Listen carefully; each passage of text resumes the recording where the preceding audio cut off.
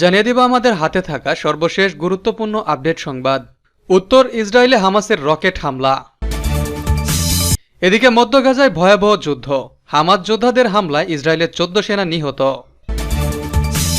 আরও থাকছে পশ্চিমা বিশ্ববিদ্যালয় ফিলিস্তিন পন্থীদের উপর দমনপীড়ন, যা বললেন ইরানি প্রেসিডেন্ট। জানাবো রাশিয়ার অব্যাহত হামলায় পিছু হটতে বাধ্য হচ্ছে ইউক্রেন সেনারা। এবং সর্বশেষ থাকছে ইরানের পরমাণু কর্মসূচি আশীর্বাদ না অভিশাপ। দর্শক, এ নিয়ে থাকছে একটি বিস্তারিত প্রতিবেদন।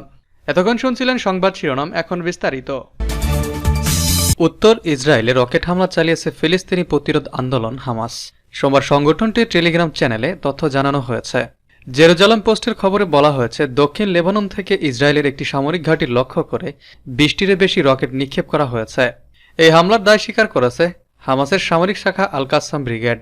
ইসরায়েলি গণমাধ্যমগুলো জানিয়েছে, উৎক্ষেপিত রকেটের প্রায় 13টি বিমান প্রতিরক্ষা ব্যবস্থা দ্বারা বাধাগ্রস্ত হয়েছে, অন্যগুলো উন্মুক্ত জায়গায় পড়েছিল।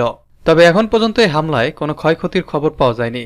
খবরে আরও বলা হয়েছে, আইডিএফ দক্ষিণ লেবাননে হিজবুল্লাহর ঘাঁটিতে হামলার পর রাতারাতি একাধিক হামলা চালানোর ঘোষণা দিয়েছিল দলটি।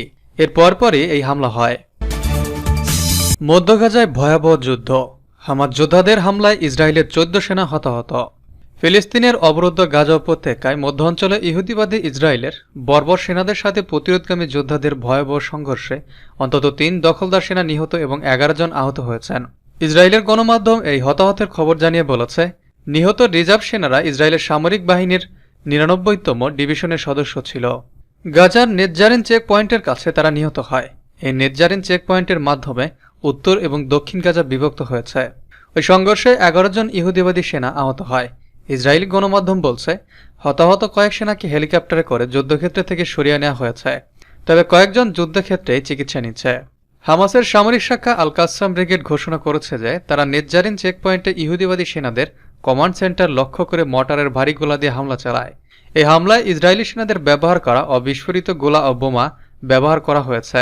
ইসরায়েলি সামরিক বাহিনী স্বীকার করেছে যে গাজায় স্থল আগ্রাসন চালাতে গিয়ে তাদের মোট 260 জন সেনা নিহত হয়েছে। পশ্চিমা বিশ্ববিদ্যালয় ফিলিস্তিনপন্থীদের উপর দমনপীড়ন, যা বলল ইরানি প্রেসিডেন্ট। ফিলিস্তিনের অবরুদ্ধ গাজা উপত্যকায় দখলদার ইসরায়েলের নির্বিচার হামলার প্রতিবাদে বিক্ষোভ করছেন যুক্তরাষ্ট্র ও ইউরোপের বিভিন্ন বিশ্ববিদ্যালয়ের শিক্ষক ও শিক্ষার্থীরা। কিন্তু নিরাপত্তা বাহিনীর সদস্যরা তাদের উপর দমনপীড়ন চালাচ্ছেন এবং অনেককে গ্রেপ্তার করা হয়েছে। বিষয়টির তীব্র সমালোচনা করেছেন ইরানের প্রেসিডেন্ট ইব্রাহিম রাইসি। তিনি বলেছেন, পশ্চিমা সভ্যতার স্বরূপ বিশ্ববাসীর সামনে স্পষ্ট হয়ে গেছে। সেই সঙ্গে তারা যে জোর গলায় বাক স্বাধীনতার কথা বলে এবং সেটা যে ফাঁকা বলি তাও মানুষ বুঝতে পেরেছে। তাসনিম নিউজ এজেন্সি জানিয়েছে, ইরানের প্রেসিডেন্ট পশ্চিমা দেশগুলোর বিশ্ববিদ্যালয় শিক্ষার্থীদের ইসরায়েল বিরোধী আন্দোলনকে একটি বিশাল ঘটনা বলে বর্ণনা করেছেন।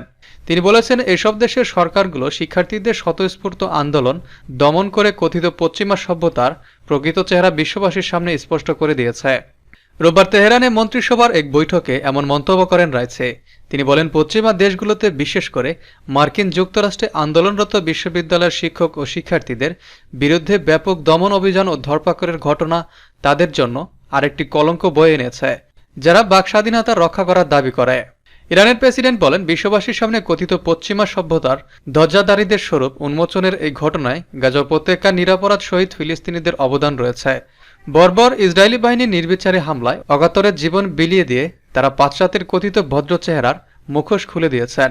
রাইসি আরও বলেন, পাশ্চাত্যে যারা বাক স্বাধীনতার কথা বলে তারা নিজেদের আধিপত্য ধরে রাখার স্বার্থে এই স্বাধীনতার অপপ্রয়োগ করে। তাদের আধিপত্য খর্ব করে এমন কোনো কথা তারা মুখে উচ্চারণ করতে দেয় না, কিন্তু ধরপাকড় অভিযান চালিয়ে ইসরায়েলি নৃশংসতা ও অপরাধযজ্ঞের বিরুদ্ধে প্রতিবাদ আন্দোলনকে দমন করা যাবে না বলে সতর্ক করে দেন ইরানের প্রেসিডেন্ট। রাশিয়ার অব্যাহত হামলায় পিছু হটতে বাধ্য হচ্ছে ইউক্রেন সেনারা। রাশিয়ার অব্যাহত হামলায় রণক্ষেত্র থেকে ইউক্রেনের সেনারা পিছু হটতে বাধ্য হচ্ছে বলে জানিয়েছেন দেশটির সেনাপ্রধান জেনারেল ওলেকজান্দার সাইরোসকে। রোববার টেলিগ্রামে দেওয়া এক পোস্টে ইউক্রেন সেনাপ্রধান একথা বলেন। খবর বিবিসি। ইউক্রেনের সেনাপ্রধান বলেন, রাশিয়ার ক্রমাগত হামলায় রণক্ষেত্র পরিস্থিতির আরও অবনতি ঘটেছে, ফলে সেনারা পিছু হটতে বাধ্য হচ্ছে। রাশিয়ার হামলার মুখে সাম্প্রতিক সময় পূর্ব ইউক্রেনের দনিতস্ক অঞ্চলে বেশ কিছু অবস্থান থেকে সৈন্যদের প্রত্যাহার করা হয়েছে।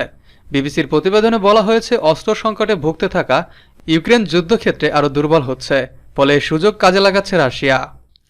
ইউক্রেনের সেনাপ্রধান জেনারেল সাইরস্কি আরও বলেছেন, যুদ্ধক্ষেত্রের পরিস্থিতি আরও অবনতি ঘটছে। দনেতস্কের কিছু অবস্থান থেকে পিছু হটে প্রতিরক্ষা ব্যূহ তৈরি করছে ইউক্রেনের সেনারা। এদিকে ইউক্রেনের প্রেসিডেন্ট ভ্লাদিমির জেলেনস্কির সঙ্গে মত পার্থক্যের জেরে গত ফেব্রুয়ারিতে পদত্যাগ করেন দেশটির সশস্ত্র বাহিনীর প্রধান ভ্যালেরি ঝালুজনি।